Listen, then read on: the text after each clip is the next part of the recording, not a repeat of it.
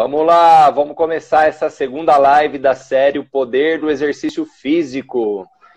Esse remédio natural poderoso contra quase todos os males que assolam a humanidade, não é mesmo?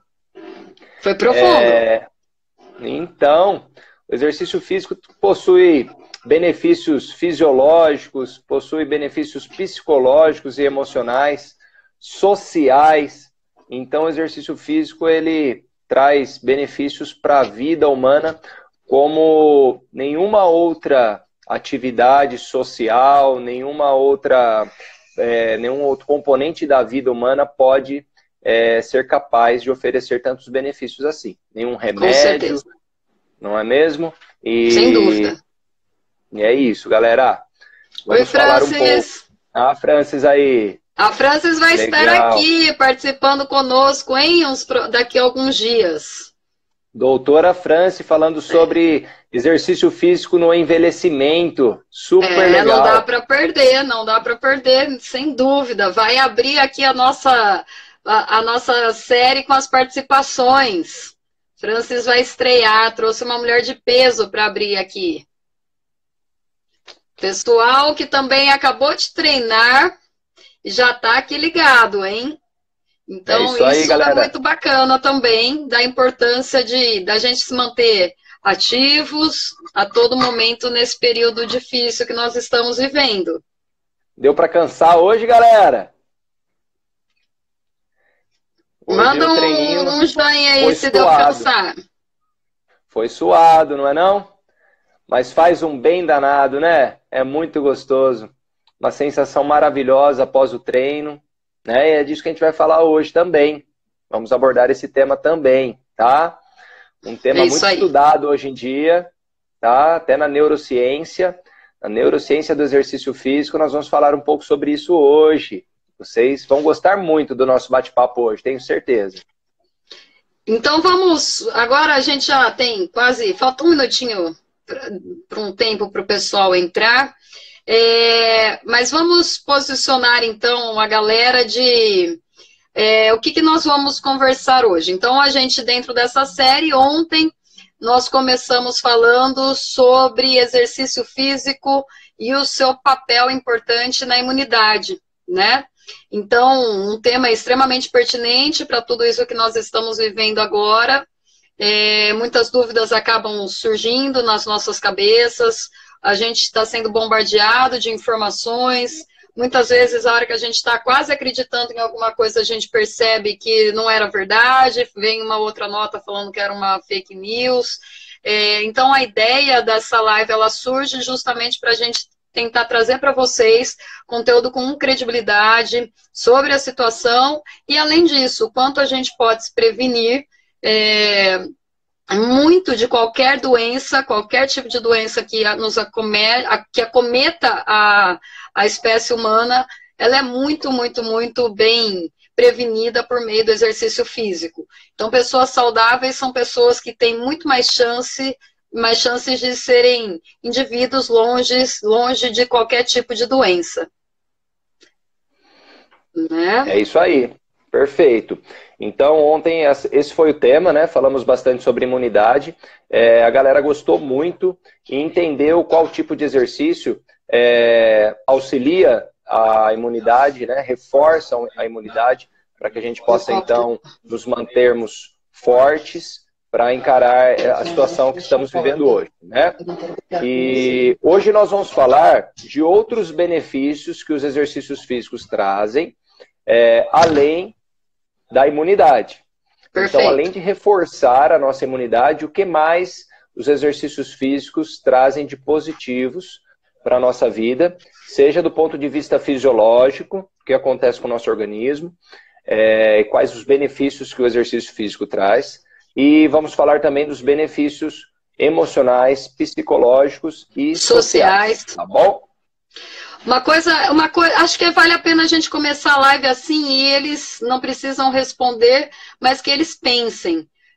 O quão satisfeitos, o quão orgulhosos, o quão felizes vocês ficam a partir de quando vocês encerram uma atividade física.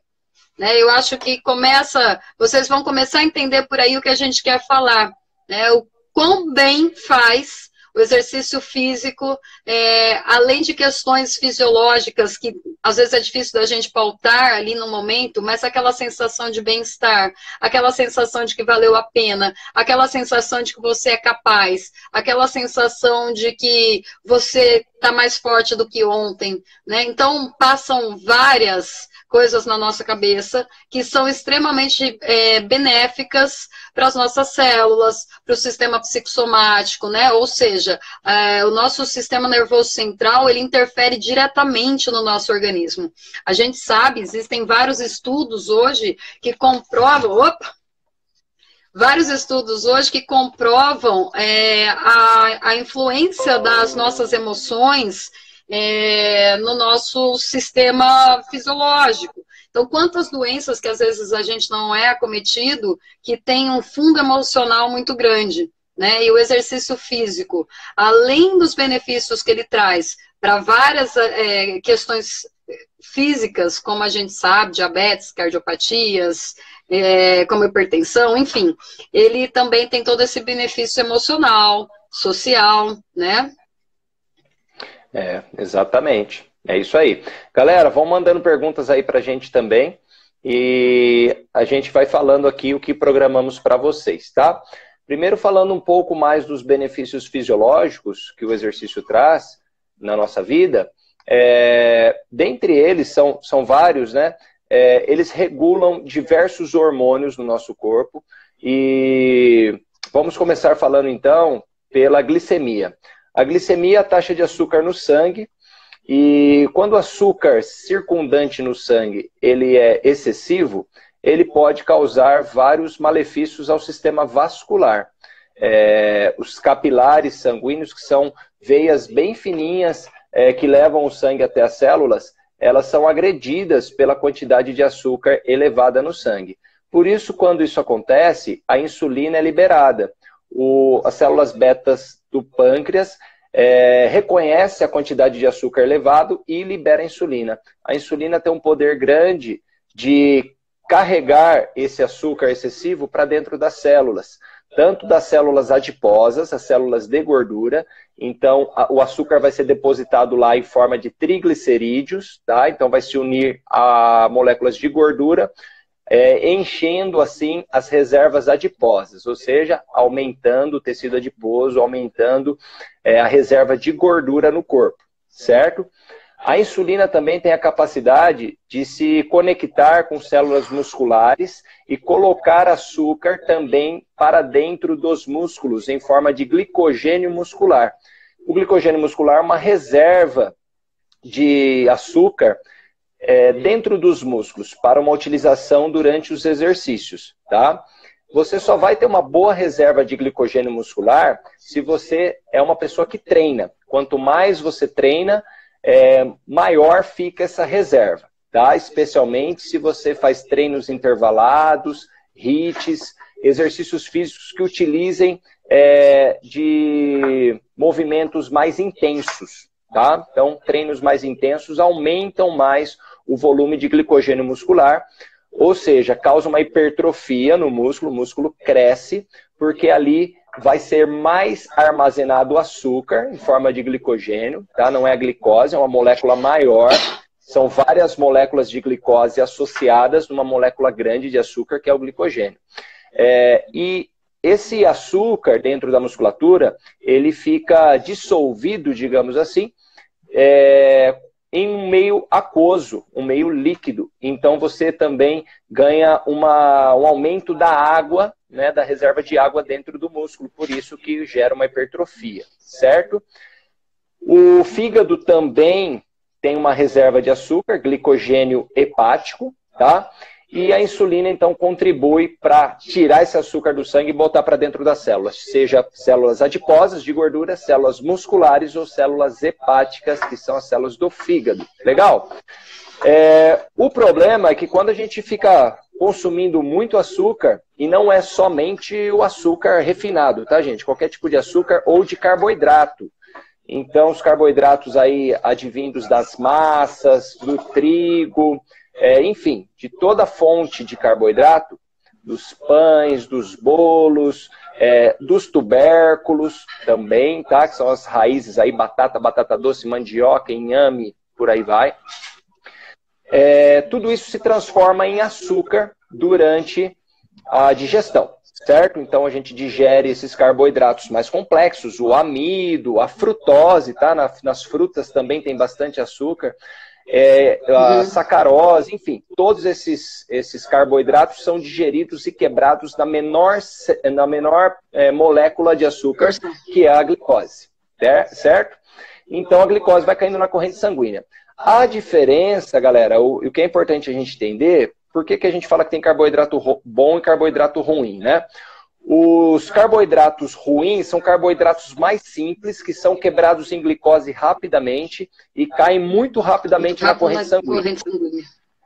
Então eles vão ser digeridos e no intestino eles serão absorvidos, né? A glicose vai ser absorvida rapidamente. São eles frutose, sacarose, a própria glicose, então todos os doces, tudo que é massa, que não é integral, ela já vem muito, como eu posso dizer, processada. Já vem muito processada.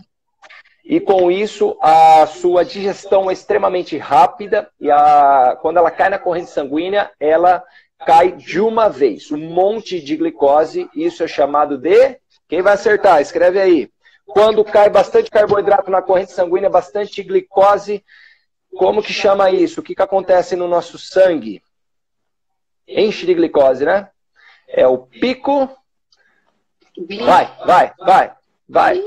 Escreve aí. Quem vai acertar primeiro?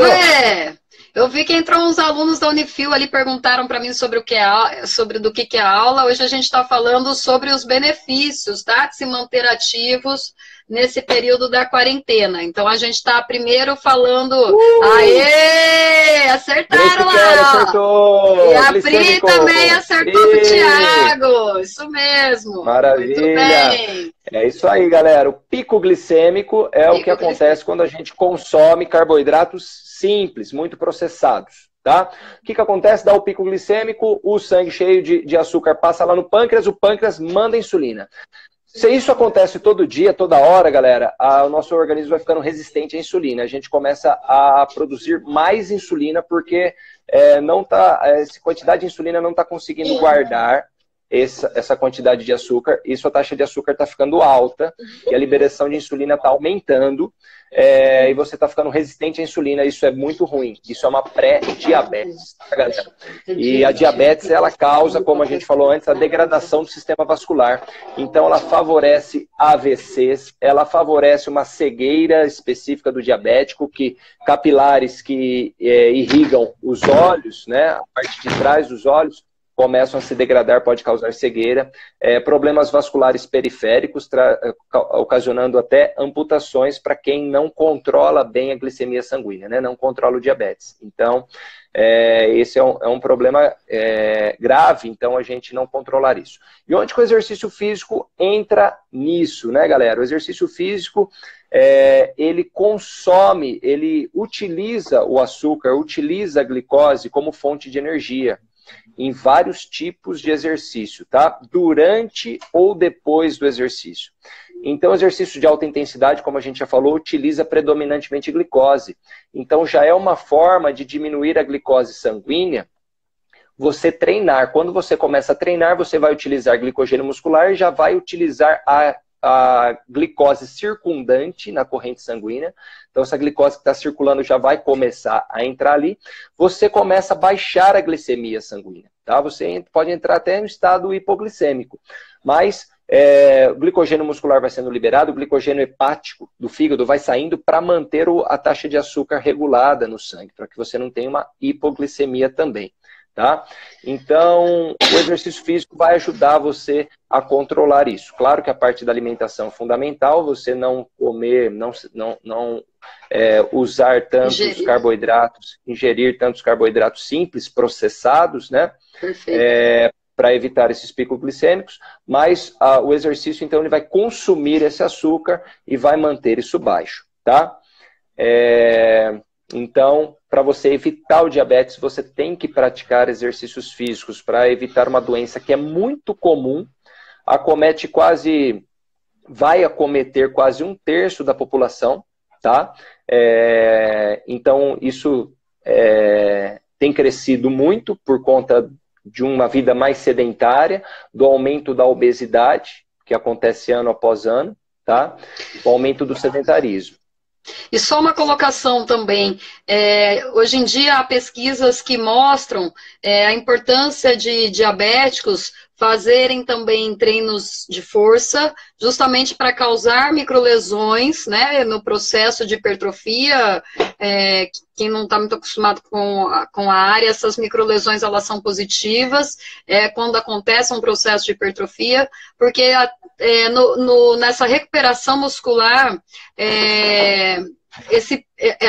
essas células, essa quantidade de gorduras que estavam ali no sangue, elas vão acabar indo para a musculatura para ajudar ali, né, no restabelecimento de açúcares, vão ali para ajudar a fazer essa reconstrução muscular, né? Então, acaba sendo algumas pesquisas têm indicado a importância, então, de exercícios de força para essa população com diabetes.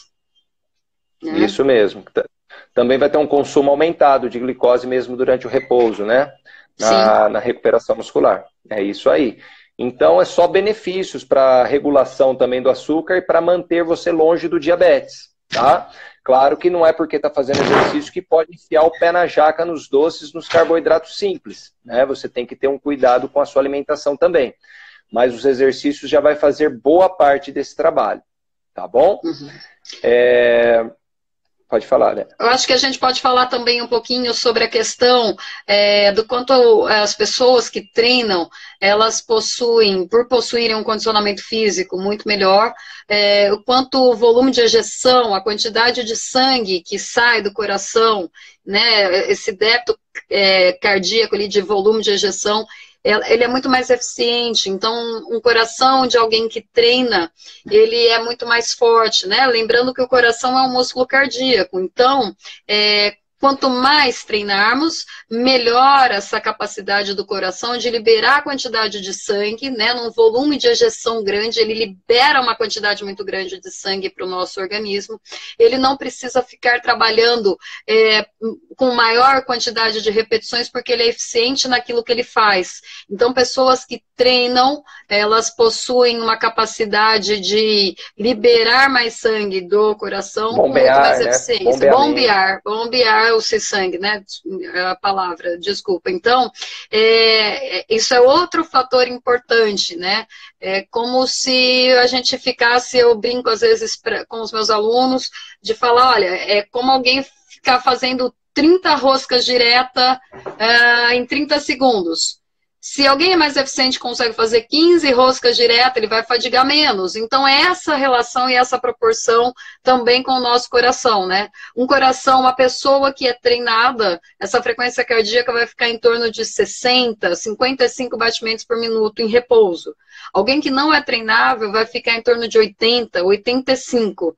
Em um minuto, esse coração já bateu 30 vezes a mais. É uma relação razoável. Esse coração já bombeou 30 vezes a mais. Isso em 1 hora, isso em 1 dia, isso em 1 ano, isso em 10 anos. Então, a gente também não podemos esquecer da importância do exercício físico nessa questão das doenças coronárias.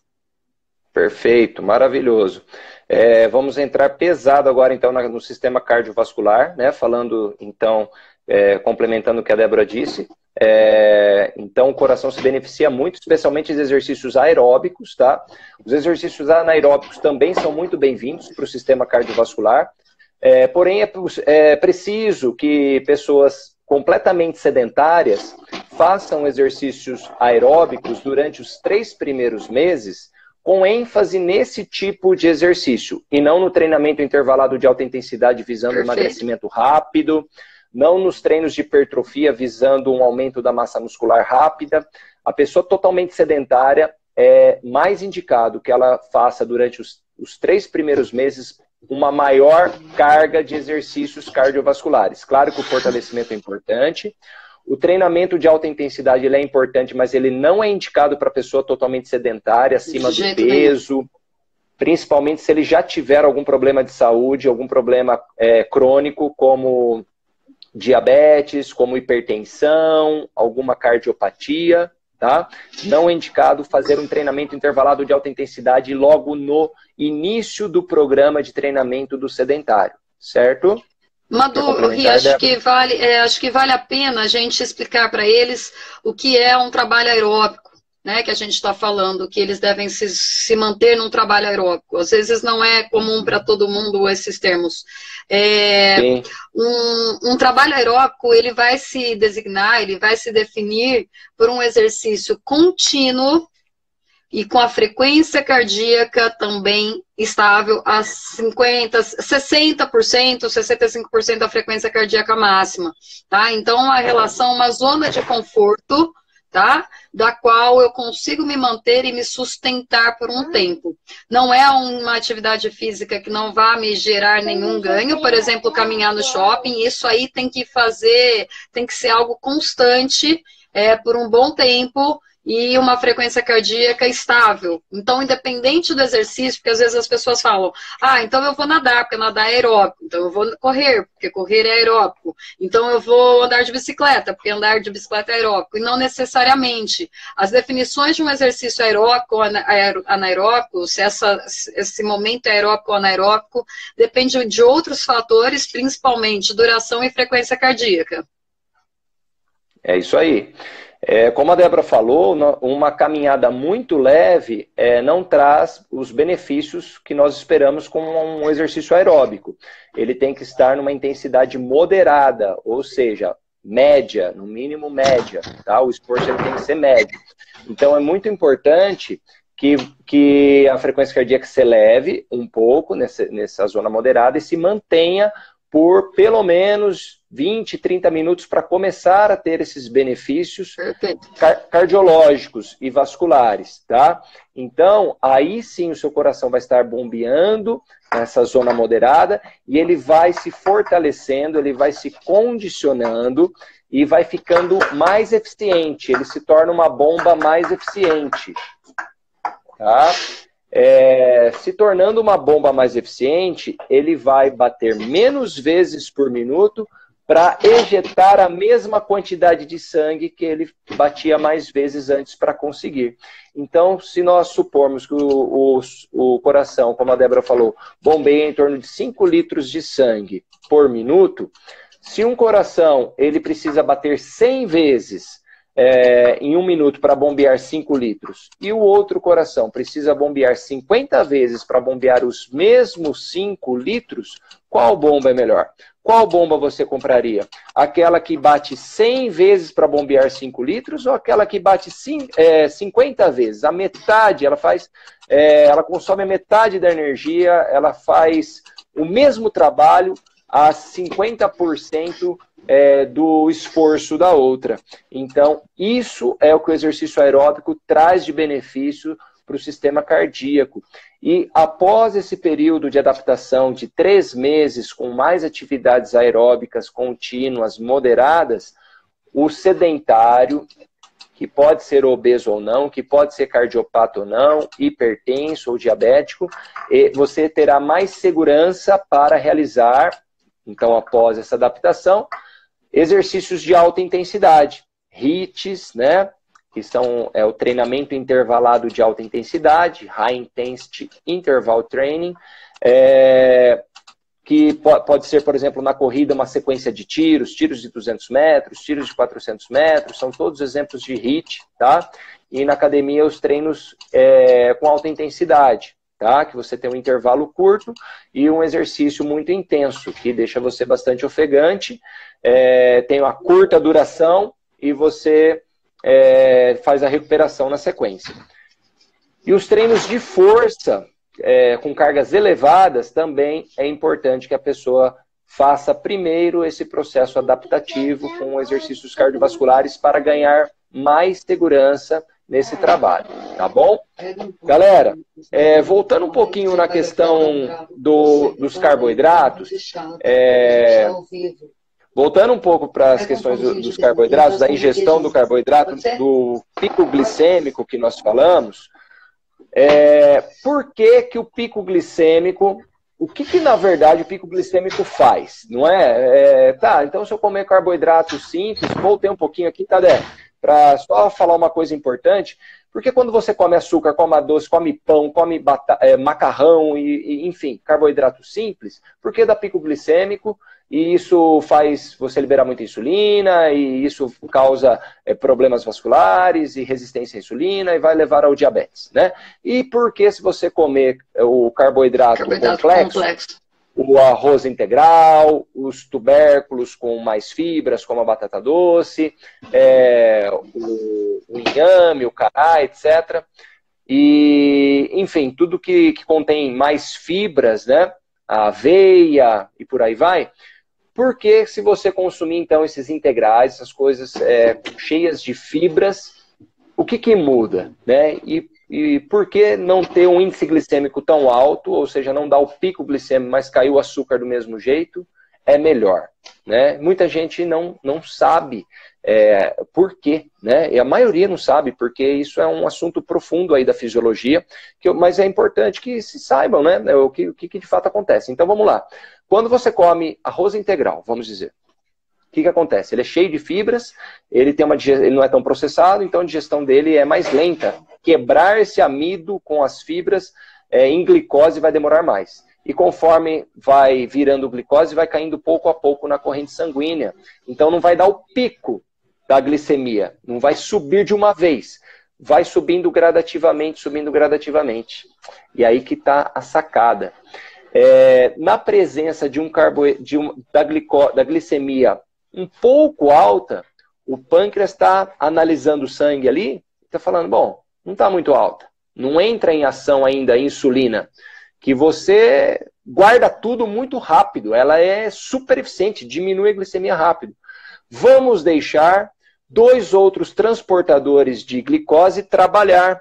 Eles são menos eficientes no que tange a capacidade de tirar o açúcar da corrente sanguínea e jogar para dentro da célula, mas como a glicose está caindo aos poucos, eles vão dar conta. Quem são esses transportadores de carboidrato, esses transportadores de glicose? Eles se chamam GLUT4 e GLUT5. O GLUT4 e o GLUT5, eles fazem um papel parecido com a insulina, mas eles não são tão poderosos, por isso que eles não conseguem fazer o que a insulina faz tão rápido. Mas na presença de uma glicose caindo aos poucos, eles vão fazer o quê? Eles vão pegar essa glicose, eles transportam a glicose para dentro das células, mas eles não têm a capacidade de abrir a célula adiposa, de abrir a fechadura da célula de gordura e falar, toma carboidrato aí para dentro. Olha que interessante, eles só se conectam com células musculares e hepáticas. Então, você vai nutrir os seus músculos com carboidratos quando você come carboidrato complexo. Você não vai aumentar o seu percentual de gordura. Você não vai guardar açúcar em forma de gordura, né, unido com ácidos graxos, dentro do tecido adiposo. Você vai guardar com o GLUT4 e o GLUT5 só no músculo. Vai músculo, vai músculo, vai músculo. Então você vai estar aumentando o seu desempenho esportivo, você vai estar aumentando a sua hipertrofia muscular e você não estará aumentando o seu percentual de gordura. Por isso que é tão eficiente, tão recomendado por nutricionistas, por bodybuilders, etc., você comer esses carboidratos. E bodybuilder, por exemplo, os caras não comem doce mesmo, não toma refrigerante. Ah, que vida chata. É, chata mesmo, mas que o resultado é garantido, é garantido. GLUT4, GLUT5. Aí depende bastante dos objetivos, né, de cada um. Eu acho que assim, a gente deu alguns poucos argumentos, mas extremamente pontuais e extremamente fundamentados para que a gente já entenda a importância de fazer exercício físico para uma questão fisiológica. Agora, acho que a gente pode... mais. Ai, meu Deus. 3 lives para esse homem falar disso. Vai. Deixa eu falar um pouco... Por isso que eu estou até intervindo um pouco. Deixa eu falar um pouco do sistema cardiovascular, que a gente não terminou, para falar das artérias, da arteriosclerose. A arteriosclerose, pessoal, é a falta de capacidade das artérias fazerem vasoconstrição, diminuindo a luz do vaso, e vasodilatação, aumentando a luz do vaso. Esses ajustes vasculares ocorrem o tempo todo. Quando a gente deita e levanta, por exemplo, e fica com a vista escurecida, é porque é necessário uma série de ajustes vasculares. O corpo estava na horizontal, o sangue estava chegando facilmente até o cérebro. O primeiro local do cérebro que é irrigado pelas artérias carótidas, que fazem a irrigação do cérebro, são os nervos ópticos, tá? Então, por isso que quando a gente levanta rápido, o que acontece? Os vasos que estavam contraídos para levar uma quantidade exata de sangue para o cérebro, como estava na horizontal, não estava dilatado, estava contraído, tá? Quando a gente fica em pé, está passando pouco sangue, a gravidade está atrapalhando, a gente fica zonzo, porque o primeiro lugar que recebe sangue são os nervos ópticos. Eles não recebem, naquele momento, a quantidade suficiente de sangue, e você fica com a vista meio escurecida. Peraí, deixa eu ver onde eu estou. Esse é o tempo de acontecer ajustes vasculares que voltem a levar o mesmo fluxo perfeito, preciso de sangue para o cérebro, né, e para o nervo óptico, né? Então, esses ajustes vasculares são muito importantes. Durante o exercício, a gente usa muito eles. Vai fazer um exercício para membros superiores, vai acontecer uma série de vasodilatações, vasoconstrições para direcionar o fluxo sanguíneo para os músculos dos membros superiores. Daí, em seguida, você faz um exercício, um agachamento. Daí, toca mudar tudo e diminui o calibre dos vasos que levam sangue para os membros superiores e aumenta o dos membros inferiores. O que isso, então, está fazendo com os seus vasos sanguíneos? Está fortalecendo a parede dos seus vasos sanguíneos e está mantendo a elasticidade dessas paredes. As paredes do vaso vai continuar capaz de fazer os ajustes, tá? E o sedentário não faz muito ajuste, tá? Ele não trabalha esse ajuste, ele vai ficar com o quê? Arteriosclerose. Ou seja, os vasos vão ficar rígidos, duros, com pouca capacidade de se dilatar e de se contrair. O que acontece? Hipertensão arterial, tá? A pessoa fica hipertensa. Outro problema é que essa rigidez faz com que um vaso possa se romper mais rápido e acumular placas de gordura também, diminuindo a luz do vaso. Então, isso pode estar associado com AVC e infarto do miocárdio. Galera, para finalizar essa parte fisiológica, eu queria falar uma coisa muito importante para vocês que muitas pessoas não sabem. Vocês sabem quais problemas de saúde que mais matam, na verdade, não problemas de saúde, quais as principais causas de morte no mundo? Número 1, 2, 3 e 4? Dá um tempinho para eles tentarem. Calma. Dá um tempinho, vamos ver. Putz, mas já falei logo de cara um dos que mais matam, né? Galera, o que vocês acham que mais matam no mundo? A causa de morte número 1, 2, 3 e 4 no mundo. Vocês imaginam que seja? Enquanto eles escrevem, Rê, o Isaías está perguntando... Agora é o coronavírus, né? O coronavírus subiu de posição. Mas não é a causa de morte número 1 ainda, acreditam? Mesmo com uma pandemia, tá? Mas fora a pandemia, numa situação normal, o que vocês acham que causa mais mortes no mundo? Causa número 1, 2, 3 e 4. Vou molhar rapidinho aí, ó, enquanto eles escrevem, vamos ver quem que vai dar algum palpite. Pode pôr sem medo, galera. O Isaías pergunta se essa troca de carboidratos bons pelos ruins deve ser feita gradualmente ou pode ser feita radicalmente, tá? Desde que o indivíduo aguente. Pode ser feita, é uma troca positiva, benéfica. Então, quanto mais a gente conseguir fazer essa troca mais rápido, tá? Então, não é o nosso organismo não vai sofrer nenhum tipo de modificação, muito pelo contrário, é uma troca bem positiva e benéfica. Então, se a partir da manhã a gente começar a optar por carboidratos complexos, isso é muito mais interessante e sem medo, sem moderação. Não sem moderação de consumo, sem moderação à troca, tá? O único problema é a abstinência, né? Síndrome de abstinência que o açúcar causa, né? Então, quem consome muito açúcar, parar de uma vez de comer doce e só comer carboidratos complexos, vai sentir abstinência, porque o açúcar ele é como uma droga, tá? Então a pessoa vai sofrer psicologicamente com isso. Então é sugerido que se faça um desmame, né? Você vai diminuindo a ingestão, mas para a sua saúde, quanto menos consumir, melhor, não vai fazer falta.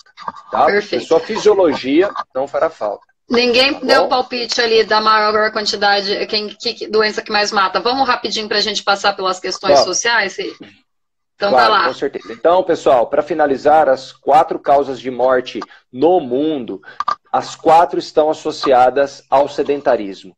Então, a gente pode pontuar aqui em letras maiúsculas que o sedentarismo mata mais pessoas do que o câncer, mata mais pessoas do que acidente de trânsito, mata mais pessoas do que guerras, tá? Do que epidemias, tá?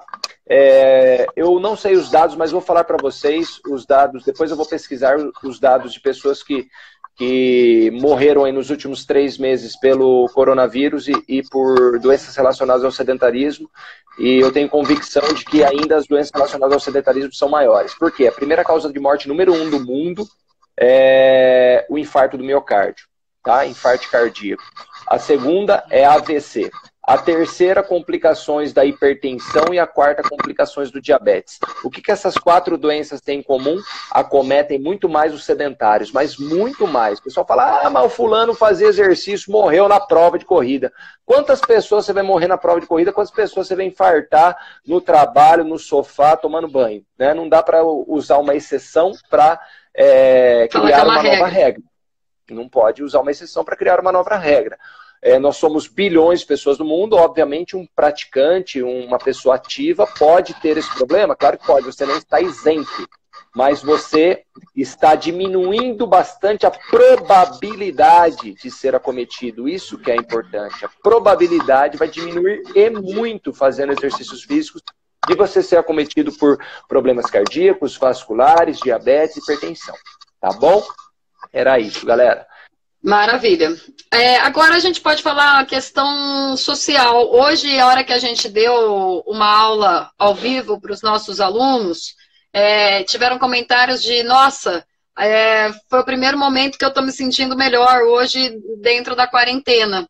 Né? Por quê? Porque a gente realmente tem uma liberação de endorfina, de adrenalina, de noradrenalina, de hormônios que nos dão prazer depois de uma sessão de atividades físicas. Então, nesse momento que nós estamos, todo mundo dentro de casa, quietinho, preocupados, com várias notícias negativas, se exercitar é fundamental para que a gente consiga... Ninguém está falando de manter forma, de manter estética, mas nós estamos falando de conseguirmos nos manter saudáveis emocionalmente, né? Um corpo saudável começa com uma cabeça saudável e positiva. Então, o exercício físico, ele é capaz de, fisiologicamente, liberar hormônios do prazer. O Ricardo vai falar rapidinho sobre isso, tá, Ri? Porque... Agora já? Já, pode ser? Pode depois ser. A gente pode abrir. Então, a importância da gente produzir esses hormônios, né, de uma maneira saudável e permitida, tá? Porque a gente consegue esses hormônios de uma maneira nem um pouco saudável e sem ser permitida. Bora, Ricardo, vai lá. Galera, então vamos falar um pouquinho dos últimos estudos sobre neurociência e exercício físico, tá? Então a neurociência tem estudado bastante essas questões de neurotransmissores e hormônios que são liberados após o exercício físico. Por que o exercício físico ele também vicia? Por que o exercício físico ele dá a sensação de prazer, de bem-estar, especialmente ao final, quando ele termina. Então ninguém está falando que fazer exercício físico aqui é prazeroso o tempo todo. Fazer exercício físico é um desafio. Você tem que se desafiar, você tem que sair da zona de conforto. Fazer exercício físico é extremamente desconfortável, não é confortável. Você se expõe a uma zona de desconforto. Você sai da zona de conforto. Mas a gente sabe que se a gente quer crescer em qualquer segmento da vida, o crescimento só acontece fora da zona de conforto e não nela. Então a gente tem que se desafiar mesmo, certo? Então a gente se desafia, a gente treina, a gente sente cansaço, a gente sente dor, desprazer, e depois vem uma recompensa fisiológica de sensação de bem-estar, de prazer, de relaxamento, coisa mais gostosa. Você dá valor a um copo d'água, depois você correu 10 km, você dá um copo d'água, tem outro sabor.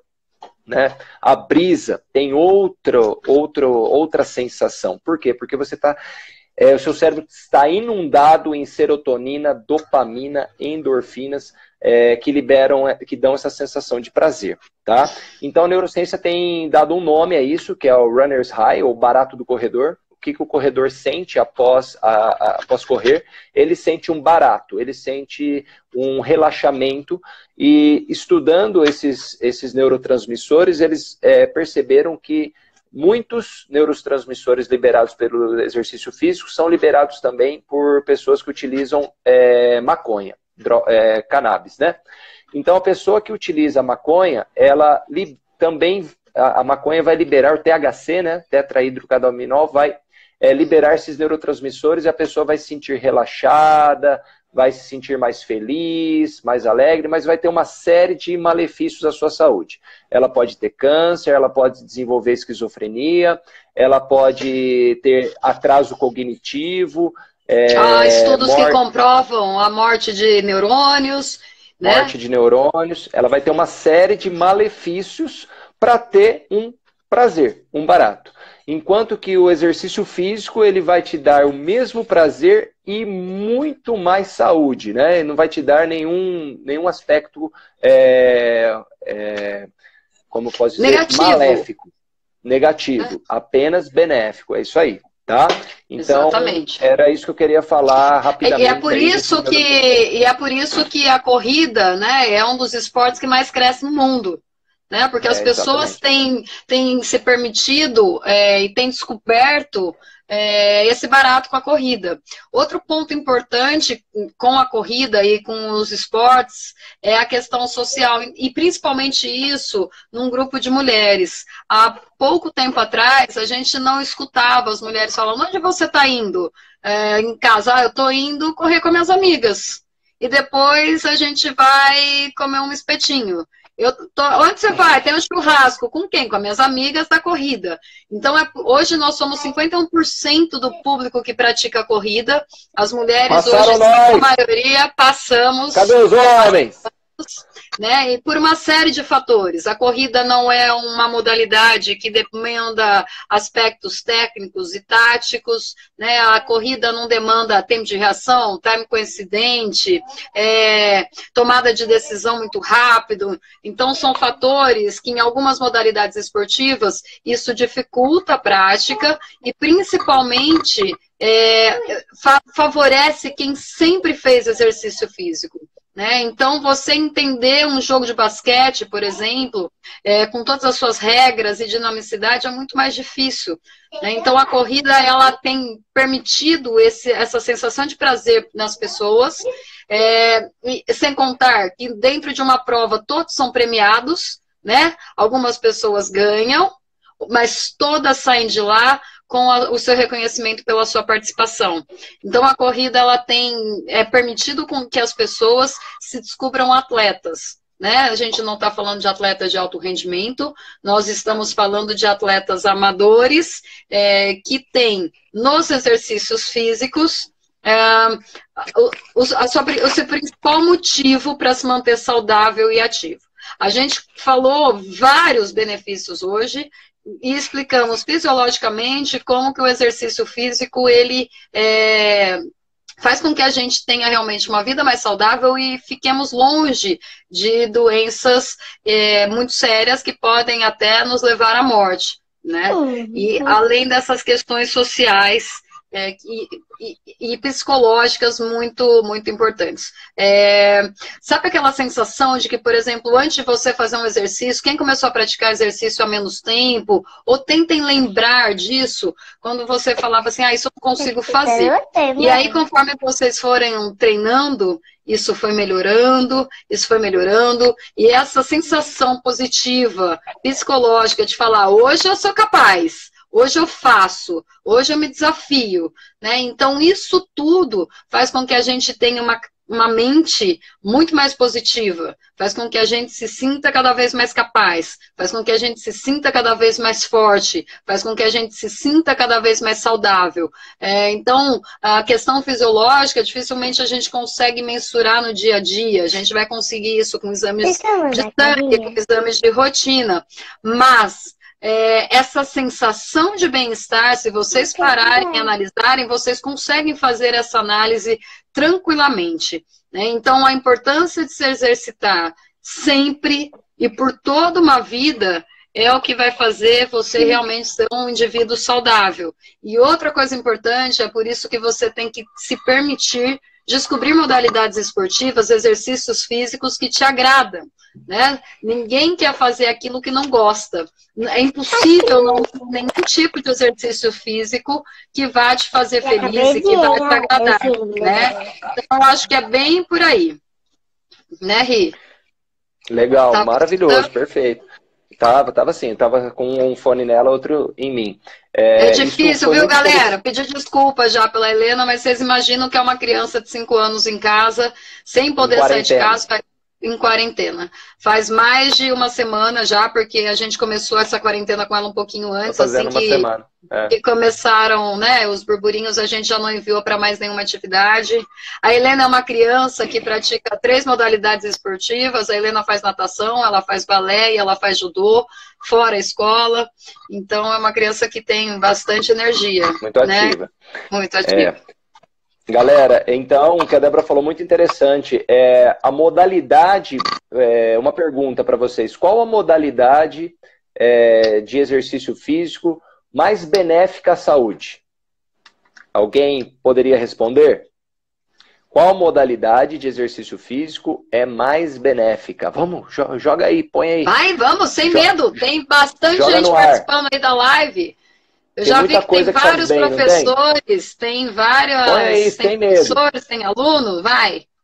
Nós somos bonzinhos, não tem certo e errado, vamos lá. Eu vou dar uma dica, ninguém vai errar.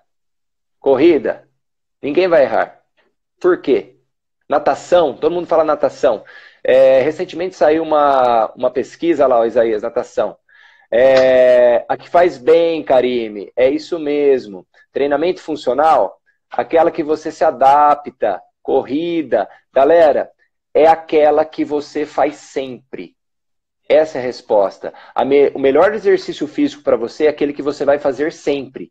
Se o exercício físico para você não é prazeroso, você não vai fazer ele sempre. Você vai fazer ele 1 mês, 3 semanas, 3 meses. Tem gente que o recorde de exercício físico contínuo foram 3 meses. Já é bastante coisa. Mas não é o ideal. O ideal é que você faça exercícios físicos a vida toda. É igual tomar banho, é igual escovar o dente. É um hábito de saúde que faz tão bem quanto tomar banho e escovar o dente. Ou mais. Então, o negócio você tem que fazer sempre. Exatamente. Os nossos pais não brigavam com a gente, vai escovar o dente, não pode dormir sem escovar o dente, tem que tomar banho todos os dias. Se os nossos Lembra que a gente vai fazer uma live sobre isso, hein? É verdade, é verdade. Se os nossos pais soubessem os benefícios do exercício físico, ele vai falar, vai fazer seu esporte, seu exercício físico todos os dias. Né? Todos os dias, sem medo de ser feliz. Bora fazer exercício. Então, quem gosta de dança, dance. Se é o que te faz feliz, dance, porque o que você faz sempre é o que te faz mais... traz mais benefícios. Se você gosta de correr, corra. Se você gosta de musculação, faça musculação. De treinamento funcional, que é algo super dinâmico. Então, para quem não gosta de monotonia, é super indicado. Então, é isso. Se você gosta da natação, do remo, eu ia falar isso, que o remo foi considerado um dos esportes mais completos ao lado da natação, tá? Mas não importa se ele é completo ou não. Importa se ele te completa. E se você vai fazer ele sempre. Tá? É isso que importa. Fazer até os últimos dias da sua vida, se a sua saúde permitir. E ela vai permitir na medida que você cuidar. Praticar esporte. E outra coisa importante para a gente, né, encerrando e deixando aberto para algumas perguntas, se vocês tiverem alguma pergunta, pode anotar aí para a gente. Em nenhum momento aqui a gente falou sobre as questões estéticas. Quem nos conhece, conhece a filosofia da Carpe Diem, a missão, os valores da Carpe Diem, sabe que a gente vende o exercício físico como qualidade de vida, como saúde, né? Então, óbvio que a gente vai ter os benefícios estéticos, né? Conforme eu li do NACA. Quem é bom de peteca é o Cajá. O Cajá é campeão. Olha lá, ó. O Cajá é campeão metropolitano de peteca. Na década de 90, né, Cajá? 80, 90. Desculpa, Dé. Não, então é isso, da importância do exercício físico ir para além da questão da estética. Até porque se ele se resume a isso, em 3 meses eu vou querer mudar de esporte, porque esses ganhos eles são lentos e eles são construídos diariamente. E eles precisam ser mantidos e uma hora bate na cultivados. porta também, né? Tá? O envelhecimento uma hora bate na porta. E a questão estética, com 80 anos, vai ser diferente do que a questão estética com 20, 30 anos, né? Então, a estética é realmente muito supérfluo nesse sentido.